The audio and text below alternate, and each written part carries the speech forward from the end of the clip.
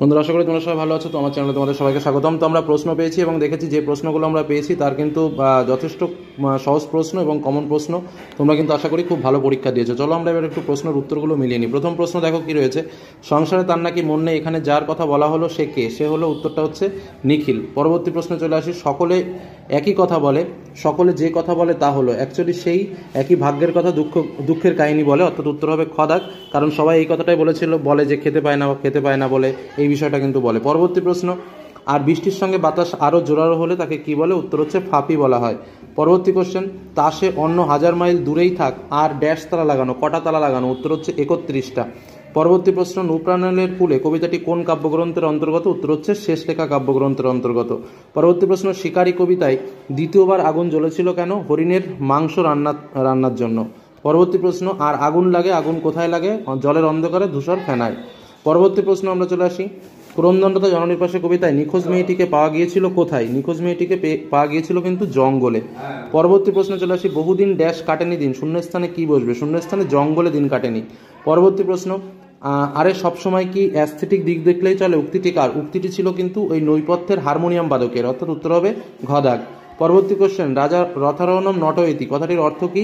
রাজা রথে আরোহণ করার ভঙ্গি করলেন, এটা কিন্তু বলতে হবে। পরবর্তী প্রশ্ন চলে আসি, নানা রঙের দিন নাটকটিতে রজনীকান্ত যার পোশাক পরেছিল, কার পোশাক পরেছিল? উত্তর হচ্ছে দিলদারের পোশাক পরেছিল। ঠিক আছে, উত্তর হচ্ছে কিন্তু দিলদার। পরবর্তী প্রশ্ন চলে আসি, এ কথা ওই মালিকের কানে তুলবেন না চাটুর্য মশাই, কথাটা কি? কথাটা হচ্ছে রোজ লুকিয়ে গ্রিন রুমে ঘুমানোর কথা।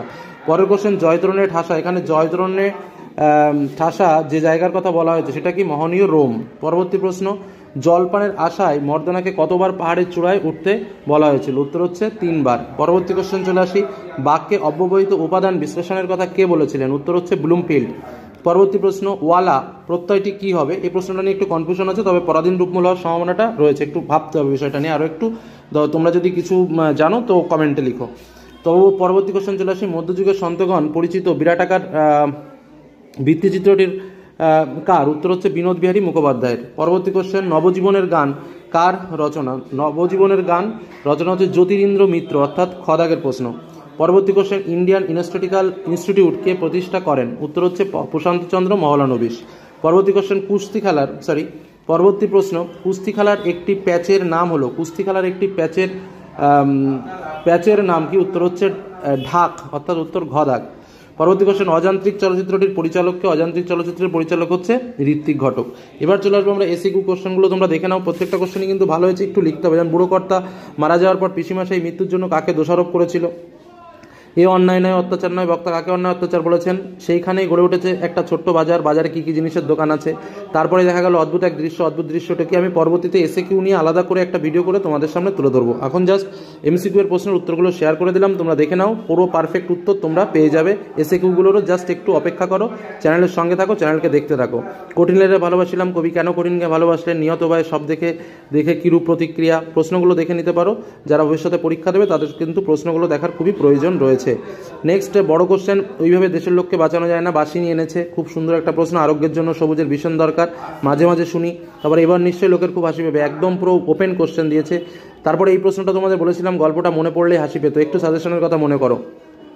আচ্ছা, তারপরে দেখো এই প্রশ্নটাও খুব কে জিতেছিল এক ক্লাসে।